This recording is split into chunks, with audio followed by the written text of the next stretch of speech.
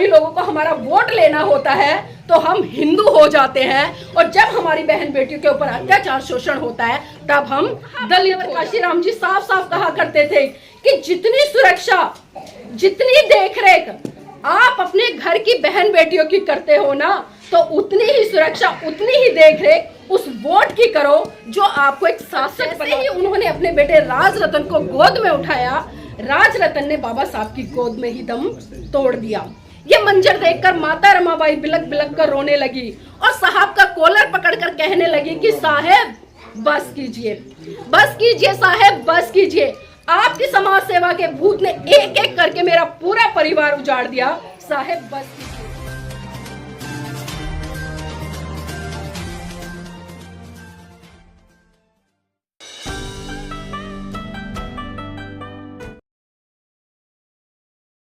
और जानो, और कोई भी काम करो तो उससे पहले कम से कम थोड़ा सा मंथन कर लो, चिंतन कर लो कि आप जिस पैसे को पानी की तरह बहा रही हो, उस पैसे को कमाने के लिए आपके पुरुष सुबह निकलते हैं और रात को घर में आकर घुसते हैं, तब जाकर आपके बच्चों को अच्छी शिक्षा मिलती है, अच्छे कपड़े मिलते हैं, अच्छा खाना मिलता है। लेकिन हम उस तरफ बिल्कुल भी ध्यान नहीं दे रहे हैं, और हम क्या करते हैं कि वो सारा का सारा पैसा उन त्योहारों पर खर्च कर देते हैं जिनसे कि हमारा कोई लेना देना नहीं है।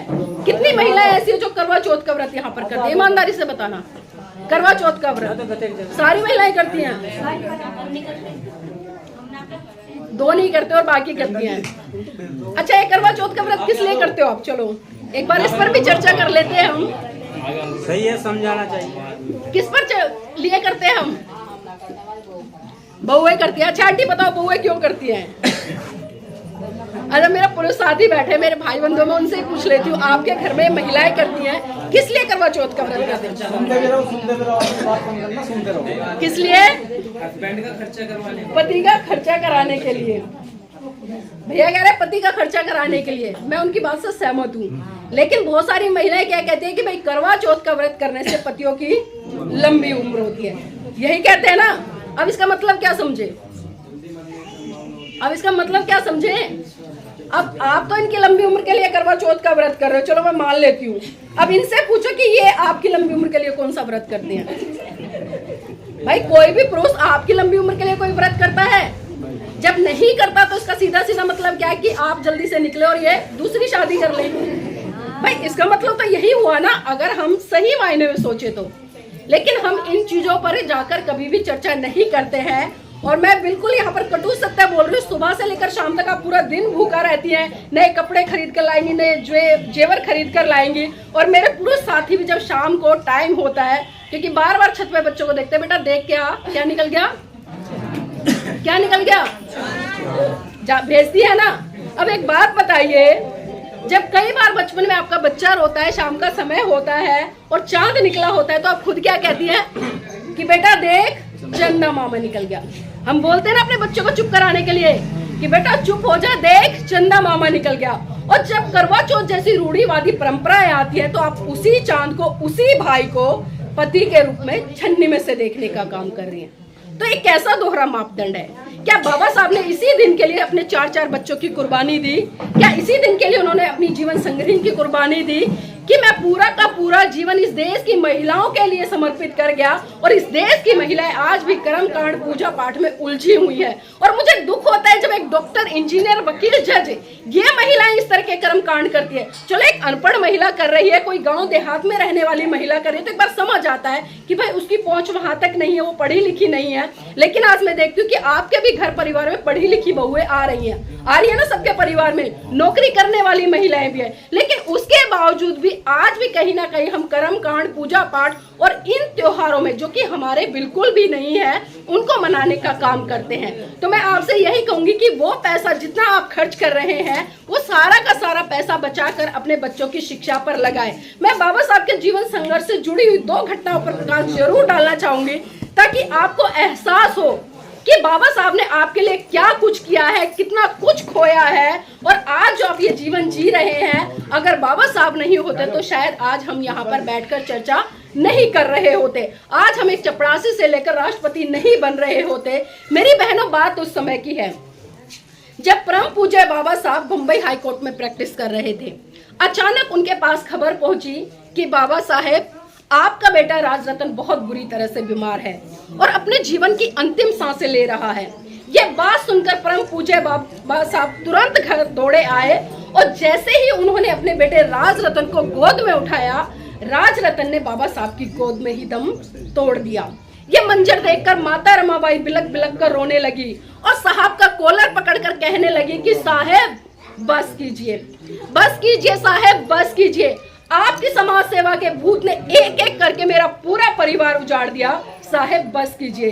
तो बाबा साहब कहते कि रमा चुप हो जा, रमा चुप हो जा, तू तो रो भी सकती है, लेकिन मेरी तो आंखों के आंसू ही सूख चुके हैं, क्योंकि प्रतिदिन मैं अपने समाज के हजारों बच्चों को मरते हुए देखता हूँ। रमा चुप हो जा। तो माता रमाबाई फिर कहती है साहेब मैं आज फिर चुप हो जाऊंगी, मैं आज फिर चुप हो जाऊंगी, लेकिन आप मुझे एक बात बता दीजिए कि जब जब आप अपने बेटे राजरतन को गोद में खिलाया करते थे तो बड़े हर्षोल्लास के साथ कहा करते थे कि रमा मेरा बेटा बड़ा होकर एक दिन इस देश पर राज करेगा। तो साहेब आज राजरतन तो इस दुनिया में रहा नहीं, अब मुझे आप ये बता दीजिए कि बड़ा होकर इस देश पर अब कौन राज करेगा। तो बाबा साहब माता रमाबाई को धानस बनाते हुए फिर कहते हैं और राजरतन के पार्थिव शरीर पर हाथ रखकर कसम खाते हैं कि रमा मैं भारत देश में एक दिन ऐसा काम करके जाऊंगा कि भारत की हर रमा की कोख से जल लेने वाला राजरतन इस देश पर राज करेगा, इस देश पर राज करेगा। और वो राज मेरी बहनों मेरे भाइयों आज हम लोग संविधान के माध्यम से कर रहे हैं। परम पूज्य बाबा साहब ने संविधान के माध्यम से आपको एक वोट देने तक से लेकर एक शासक बनने तक का अधिकार दिया, लेकिन विडंबना है कि ना तो हमने बाबा साहब के 4-4 बच्चों की कुर्बानी को समझा, ना ही संविधान के तहत जो वोट की ताकत थी उसको समझा। अभी चुनाव गए आपके बीच में, यहाँ पर प्रथम चरण में वोटिंग हुई होगी, आप वोट करने गए होंगे। क्या आपने सोचा कि हम किस पार्टी को वोट कर रहे हैं, क्यों वोट कर रहे हैं, किस आधार पर कर रहे हैं? साहब मान्यवर काशीराम जी साफ साफ कहा करते थे कि जितनी सुरक्षा, जितनी देखरेख आप अपने घर की बहन बेटियों की करते हो ना, तो उतनी ही सुरक्षा, उतनी ही देखरेख उस वोट की करो जो आपको एक शासक बनाती है। लेकिन आज हमने क्या किया, अगर आज मार्केट में आप जाएंगे, एक मुर्गा खरीद कर लाना 200-250 रुपए किलो मिलेगा। एक गधा भी खरीदने जाओगे ना, उसकी वैल्यू भी 10 या 20 या 25 हजार है। एक बकरा खरीदने जाओगे, उसकी वैल्यू भी इतनी है। लेकिन विडंबना है कि आज मेरे बहुजन समाज के लोगों ने उस वोट की वैल्यू को उस मुर्गे, उस बकरे, उस गधे से भी कम कर दिया है और मात्र एक दारू की बदले या 500 के नोट के बदले, एक साड़ी के बदले, एक कम्बल के बदले हम अपना बहुमूल्य वोट जो एक बेटी के बराबर है उसको कहीं ना कहीं हम उन पार्टियों को देने का काम करते हैं जो शासन करने के बाद, जो सत्ता में आने के बाद हमारे ऊपर अत्याचार शोषण करती है, हमारे बच्चों से शिक्षा छीनती है, हमारे बच्चों से रोजगार छीनती है। और इतना ही नहीं, जब हमारे समाज की बहन बेटियों पर अत्याचार शोषण होता है, हम सड़कों पर आंदोलन करते हैं, लेकिन तब हमारे बचाव के लिए कोई नहीं आता। आपने मनीषा बाल्मीकि हाथरस जो कांड था सब जानते होंगे, कितनी निर्मम हत्या थी।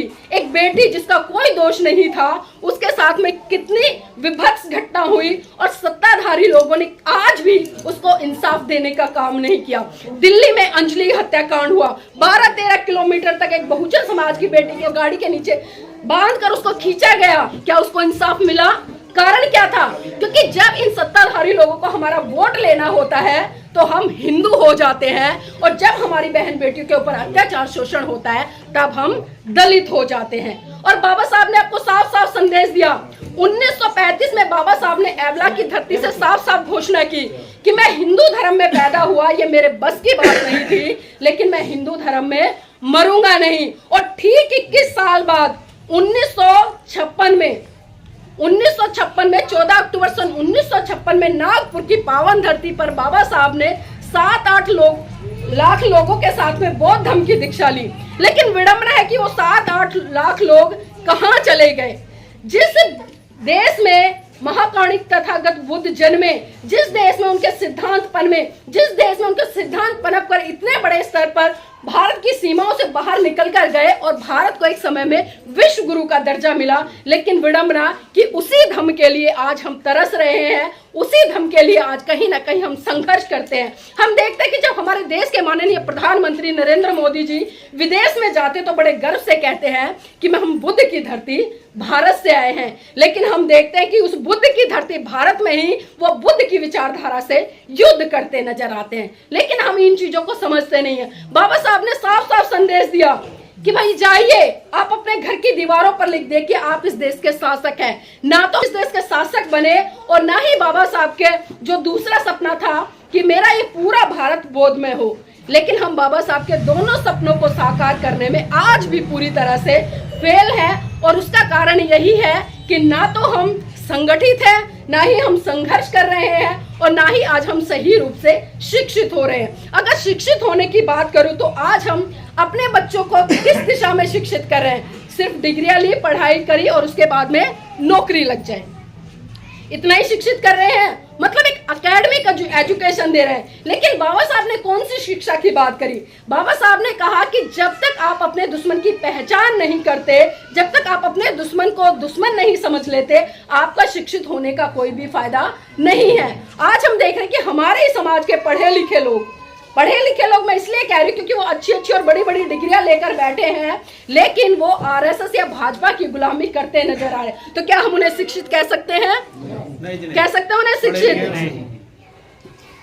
तो देखिए बाबा साहब ने कितना बड़ा संदेश दिया, लेकिन हमने उनके संदेशों को भी नहीं समझा। और बाबा साहब ने तो महिलाओं के लिए खासकर कहा कि मैं किसी भी समाज की उन्नति इस बात से आंकता हूं कि उस समाज की महिलाएं कितनी पढ़ी लिखी हैं और जागरूक है। अभी मैंने कहा कि हम पढ़ लिख तो गए हैं, डिग्रियां बहुत है हमारे पास में, लेकिन जो जागरूकता की बात करी, अपने दुश्मन की पहचान करी, वो आज भी शायद हमें नहीं है। आज भी कोई आता है, हमें प्रलोभन देता है, कुछ भी बताता है, हम उसकी बातें मान लेते हैं, लेकिन अपने इस विवेक का इस्तेमाल नहीं करते। अभी बिटिया जिस तरह से कह रही थी, उन्होंने जो धम्पत की पहली गाथा कहा कि मनोपुपगमा धम्मा मनो से